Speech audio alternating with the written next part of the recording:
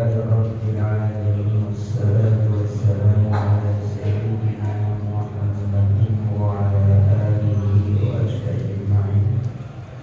Amma ba'du, tatil muqaddami rahimahullah. Jamaah Masjid Jami Al-Mawadah, alhamdulillah rangkaian acara sejak sholat subuh berjamaah taklim rutin, dan alhamdulillah sekarang siang ini ada kesempatan momen yang memang sudah rutin atau biasa kita lakukan, walaupun momennya sudah lewat tapi kewajibannya belum. Momennya sudah lewat, yang malam pada hakikatnya menyantuni anak yatim itu tidak pakai momen muharraman. Menyantuni anak yatim itu adalah kewajiban di mana yang menjadi beban adalah masyarakat muslim, dan itu bukan hanya pada momen Muharram atau 10 Muharram, tapi setiap saat. Maka ganjarannya ana wa kafiyati fil jannah kahataini, itu adalah di mana Nabi menunjukkan kafir. Kafir itu orang yang mengayomi, orang yang memenuhi kebutuhan anak yatim. Kebutuhan anak yatim bukan hanya pada bulan Muharram, tapi kebutuhan anak yatim setiap saat. Maka kalau kita bisa melakukannya secara berkesinambungan, itu memang ada baiknya, bagus. Yang Muharram kemarin sudah ada yang mengadakan mungkin RW 01 ya, RW yang bulan ini Al-Muawanah mengadakan, bulan depan lagi insya Allah kayaknya Darmon juga mengadakan lagi kan. Jadi bersinambungan, bagus juga dia, ini nggak sepak sama gitu ya, bulan lagi ada apa lagi ya.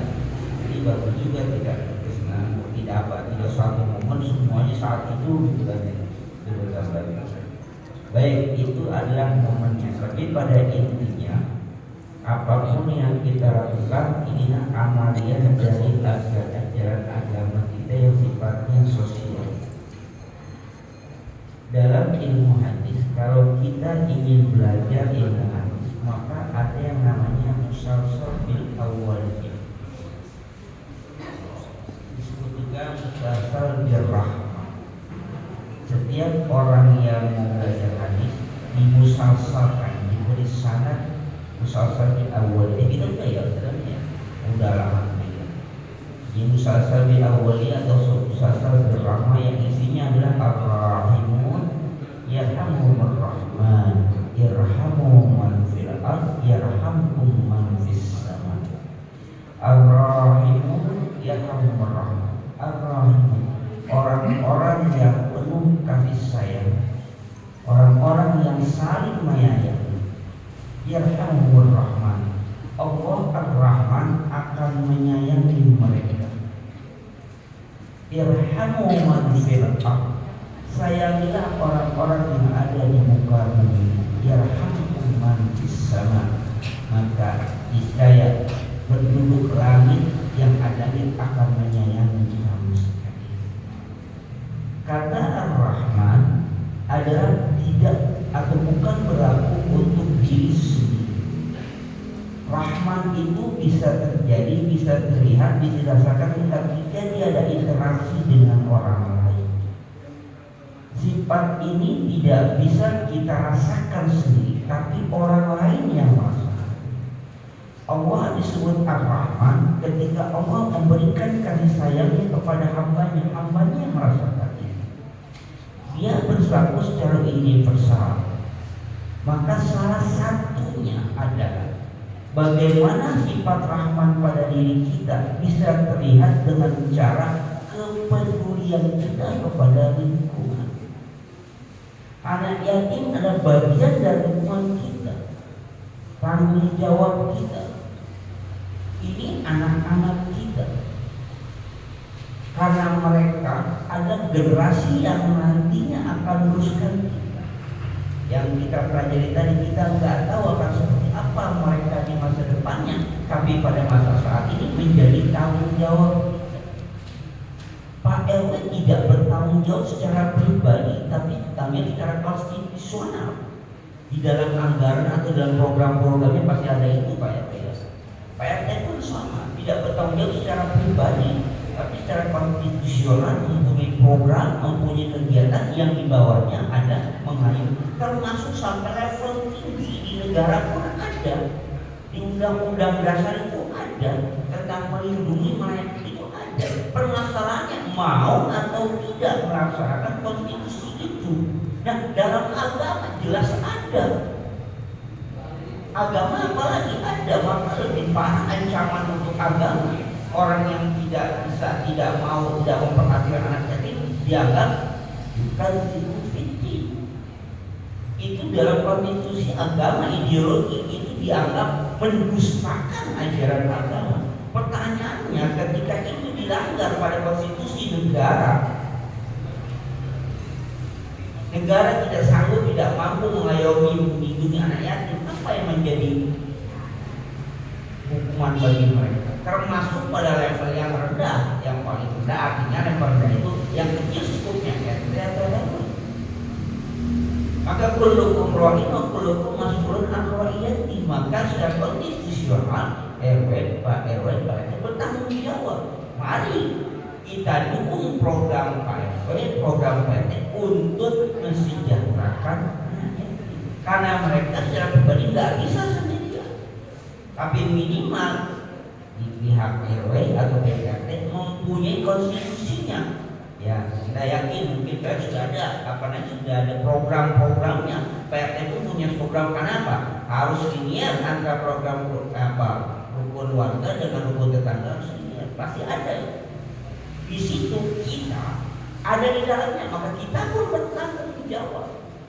Jadi seandainya ada anak yatim yang terlantar, yang terpaksa, maka ada dua konstitusi yang kita langgar. Konstitusi ideologi agama yaitu Islam dianggap bukan hidup ini. Ada konstitusi ya Pak, di negara resmi yaitu di pihak RW, itu ada. Kita pun melanggar itu. Ada juga yang lebih parah, itu konstitusi sosial yang tidak tercatat, nggak ada catatannya, tapi di situ membuktikan amalia agama kita. Maka ketika orang tidak sholat, orang tidak puasa, urusan pribadi. Dia tidak pernah kita punya konstitusi dalam tanda kutip dicela, dicegah, enggak. Itu urusan dia pada Allah Subhanahu wa Ta'ala. Tapi ketika dia mengabaikan anak yatim, ketika dia tidak pedulikan orang-orang miskin, maka ada konstitusi yang berlaku secara universal. Apa? Mendustakan ajaran agama. Kenapa? Agama akan menjadi celak, agama akan menjadi jelek ketika ada orang beragama tapi tidak peduli dengan orang-orang yang ada di sekitarnya, termasuk anak yatim. Maka hadis Nabi Sallallahu Alaihi Wasallam sangat memperhatikan bagaimana interaksi kita kepada apa? Kepada sikap sosial. Perhatikan lingkungan kita. Ibadah kita mungkin sudah baik, cara makna kepada Allah abluminawa sudah baik, sudah sholatnya baik, puasanya baik, sedekahnya baik, sudah semuanya baik, sudah umrah, sudah haji dan lain-lain. Tapi ketika kita tidak peduli pada lingkungan, maka tetap kita dianggap sebagai orang yang mendustakan. Bahkan kalau di dalam hadis interaksi sosial itu menjadi bagian dari keimanan. Man kana yu'minu billahi wal yawmil akhir falyukrim jarah. Siapa orang yang beriman pada hari akhir, muliakan tetangganya. Artinya keimanan kepada Allah, keimanan pada hari akhir berkaitan dengan aktivitas sosial kita. Memuliakan tetangga, apa urusan dengan keimanan itu? Menurut beriman pada hari kiamat apa hubungannya dengan keimanan? Tapi ternyata Rasulullah menghubungkan antara keimanan dengan kegiatan pada sosial, pada tetangga. Siapapun tetangganya, di antara tetangga kita ada yang yatim, di antara tetangga kita ada yang miskin, di antara tetangga kita ada yang fakir, maka menjadi kewajiban kita. Dan itu terkait dengan keimanan. Artinya kualitas keimanan orang-orang Islam, Kualitas iman pada Allah, kualitas iman pada akhirat, atau iman pada lainnya bukan hanya ditunjukkan dengan sholat berjamaah, bukan hanya ditunjukkan dengan rajin puasa, bukan hanya ditunjukkan dengan rajin ngaji, tapi bagaimana dia bisa berakhlak, dia bisa peduli dengan lingkungannya, itu dan termasuk dalam keimanan. Ya. Karena Nabi sering mengaitkan, bahkan kalau Al-Quran iman dan amal saleh. Ini salah satu dari aplikasi kita membuktikan keimanan kita. Terkadang tauhid kita kepada Allah Subhanahu wa taala sudah benar, tapi tauhid sosial kita yang terkadang kurang. Artinya tauhid pada masyarakat makhluk kita di sholat sudah oke, bagus, puasanya sudah bagus, ya taklim sudah bagus, haji sudah, semua sudah, tapi terkadang ada tauhid sosial, ketidakpedulian kita kepada lingkungan, itu termasuk tauhid. Maka Umar bin Khattab radhiyallahu anhu itu ketika menjadi seorang khalifah, ketika selesai dia keliling, karena itu menjadi tanggung jawabnya, dia keliling lihat ada nggak orang-orang yang belum makan, ada nggak orang-orang yang belum penuhi kewajibannya. Pak RW kita juga keliling. Ya, alhamdulillah Pak RW keliling juga kan nih, ada warga kita. Gitu aja itu Pak RW keliling kan, kelilingnya beda. Kalau menurut patokan kelilingnya bawa tongkat, pakai apa? Pakai jubah yang bertambal-tambal. Kalau Pak RW kelilingnya pakai motor. Keliling-keliling juga sama. Karena ruang lingkupnya luas, RT 01 kan luas ya. Luas kan. Ada berapa RT? 12, 14, Masya Allah, ada 14 RT. Wah, kalau semalaman dia umum 14 RT, berapa bini dia punya coba ya? Dia bagaimana beli terus? Kan ada jangan dijawab.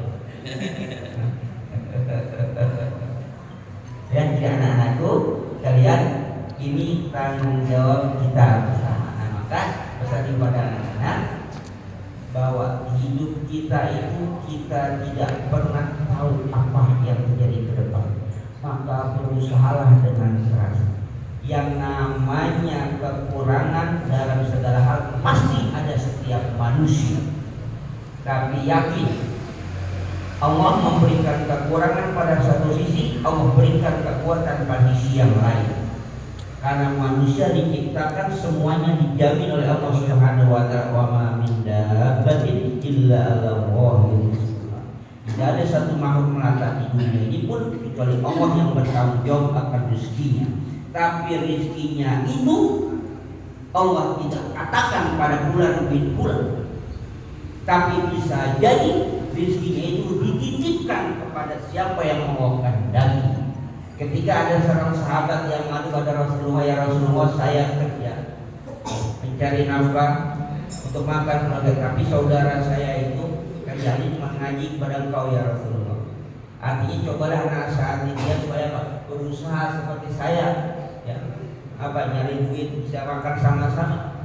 Bukan saya doang yang kerja, ya dia pun untuk berusaha juga. Apa kata Rasulullah? La'allaka tuzzaku bihi.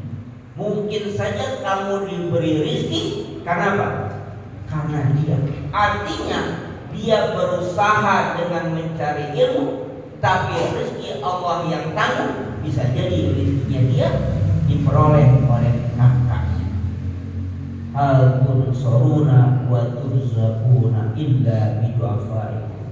Ada seorang sahabat Zaid, dia merasa lebih mempunyai kelebihan daripada orang lain. Ada seorang sahabat mengadukan kepada Rasulullah, Sa'ad bin Ubadah mengadukan, ada seorang sahabat namanya Zaid merasa lebih tinggi, lebih banyak rezekinya, lebih hebat. Dilihat oleh Sa'ad bin Ubadah. Dapat kata Rasulullah, hal turzaquna wa tunsuruna illa bidu'afaikum. Tidaklah kamu ditolong, tidaklah kamu diberi rezeki illa bidu'afaikum, kecuali dengan orang-orang yang lemah di antara kamu. Jadi dia apa? Salah seorang sahabat merasa dia lebih banyak hartanya, lebih tinggi derajatnya. Sa'ad bin Ubadah bin Aslam bin Ubadah bin peristiwa itu diadukan ke Rasulullah. Langsung disabda Rasulullah, hal tunsuruna wa tusyabuna illa bidu'afaikum. Tidaklah kamu ditolong, tidaklah kamu diberi rezeki kecuali dengan orang-orang yang lemah yang ada di sekitar kamu. Maka ketika rezeki kita ada lebih, yang namanya lebih tidak mesti harus banyak. Kita sesuai kemampuan kita, maka kita sudah selesai makan, ada lebih jadi makan. Kita sudah pada keluarga, ada lebihnya untuk keluarga, maka lebihnya itu mungkin saja itu menjadi hak-hak orang yang ada di sekitar kita. Maka kita jangan lupa untuk ada amaliyah yang mungkin saja ini mungkin baiklah kita praktekkan ya, kita praktekkan setiap hari. Kalau kita ke masjid berangkat, cobalah tradisikan ya. Jadi kita ini bukan di Pak, tetapi bukan hanya di Mekah aja gitu kan ya. Kita berangkat ke masjid atau ke Korea dan di sini pun sama. Kita keluar dari berapa yang ada, kita kantongin, kita lewat di depan masjid ada kotak-kotak amal. Mulailah hari itu dengan apa? Dengan sedekah, dengan kebaikan. Kenapa? Min muslimin yusdu illa malakani yanzilani. Tidaklah seorang muslim berpagi-pagi kecuali ada dua malaikat yang turun. Wa qala ahadum Allahumma ati munfiqan khalafa wa qala akharu Allahumma ati mumsikan talaka. Malaikat ini dua ini ya. Min muslimin yusdu illa malakani yanzilani. Tidaklah seorang muslim berpagi-pagi kecuali ada dua malaikat yang dua itu mengikuti kita. Satu malaikat mengatakan, Allah mati munfikun khalqa. Ya Allah, berikanlah ganti kepada orang yang menafkahkan hartanya di pagi ini. Malaikat yang mengatakan, Allah mati mumsikan khalqa. Ya Allah, tahan rezekinya. Tahan rezekinya orang yang tidak mau menafkahkan di pagi. Di pagi-pagi itu malaikat sudah siap-siap. Maka kita berharap malaikat mendoakan kita, malaikat yang satu dan satunya. Yang pertama dari Allahumma ati munfiqan khalafa. Ya Allah, berikan ganti kepada orang yang menafkahkan pagi. Itu janji Rasulullah ya. Ketika pagi-pagi itu kita keluar rumah, ya sudah kita ke masjid. Berapa saja? Di mana itu? Kita berharap doa malaikat ada pada kita. Ya, doa malaikat. Tapi malaikat yang pertama, yang kedua. Yang kedua bahaya. Allah mati mumsikan talaba. Ya Allah, kalau talaba hilangkan orang yang mumsik, yang menahan, padahal dia mampu, dia punya, dia tahan. Dia nggak mau berikan, dia tahan. Kenapa? Rasa entarlah ini terbawa pulang mau beli rokok. Beli rokok itu yang lain ya, rokok bukan cara ini. Yang sini rokok itu rokok bersih muka. Tapi ketika kita berikan, insya Allah mereka gunakan Allah mati munfiqan khalafa. Jadi kita minta, kita lakukan, malaikat yang mendoakan. Kalau malaikat sudah mendoakan, insya Allah makhluk yang paling dekat, yang paling ya istilahnya yang paling suci pada Allah SWT sudah mendoakan kita. Jadi kita kasih aja ya, amalkan itu. Ini kadang-kadang ini nasihatnya orang yang sholat doang, kalau pergi haji doang, kalau umroh ya, kalau dari rumah tuh bawa dapatnya kalau ketemu siapa gitu di sholat doang. Ya, siapa kayak sebuah satu berapa gitu diajar kan? Enggak masih di sana, di sini pun sama. Kenapa? Malaikatnya sama. Malaikat pun di sana di sini juga ada malaikat. Di sini pun ada malaikat juga sama. Jadi ketika keluar ya, sudah semuanya ini kita keluar ya, berapa lagi kita punya, seberapa banyak? Bukan sisa, bukan ada lebih dari rezeki kita. Apakah itu lebih dari uang belanja apa segala macam? Ya, kita keluar. Kenapa? Dimulai sesuatu dengan ibadah baik, maka kita sholat berjamaah, kita ngaji. Tapi ada yang lain. Itu artinya apa? Kita hablum minallahnya baik, hablum minannasnya pun kita baik. Kita hubungan ibadah pada masyarakat ritual itu benar, sudah baik. Tapi kepada sosial pun harus baik. Maka ada asrama ulama itu bukan hanya pada manusia, pagi-pagi itu dengan panen ayam, ya masih makan burung, itu saya ada lah. Punya burung, udah punya burung banyak. Dua. Nah, ya. Ya. Itu ada yang apa? Kenapa? Karena itu makhluk Allah juga. Ya bagi-bagi. Termasuk ibadah yang panen burung,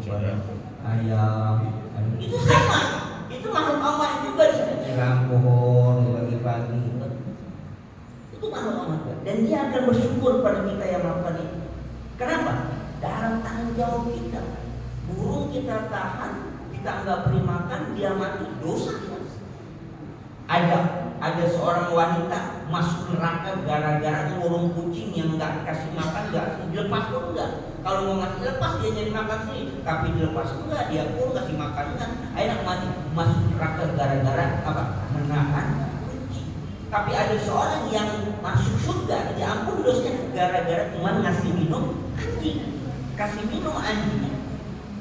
Anjing yang kasih minum, iya. Tapi yang berterima kasih Tuhannya, karena anjing pun punya Tuhan.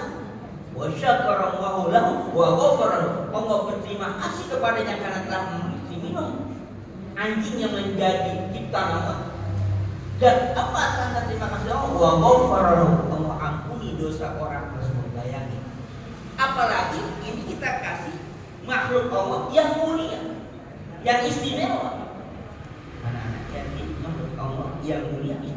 Kita berikan itu yang sejenis anjing, kita kasih minum, Allah bersyukur, Allah ampun dosa kita. Apalagi yang lebih dari itu, insya Allah jangan pernah kita menghayalkan dengan rezeki berlipat dengan hitungan matematika kita. Allah lebih punya hitungan yang lebih dari itu. Yang kita berikan, insya Allah nggak pernah akan berkurang.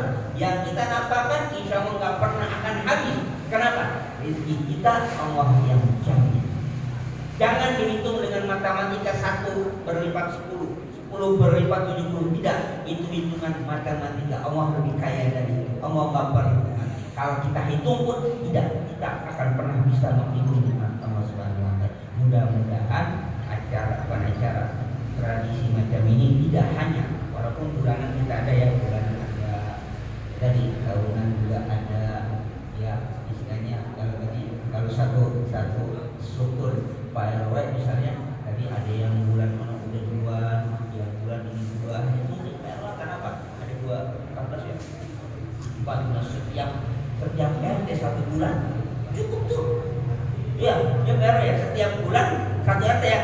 RT ini bulan ini, jadi bulan kan 14 bulan, lebih makan 2 bulan itu kan bisa itu kan. Terus dikumpulkan semua pada satu momen di kantor RW ini udah kemana sih ya, kantor ini disimpulkan dibangun semuanya. Tapi setiap bulan ini ada.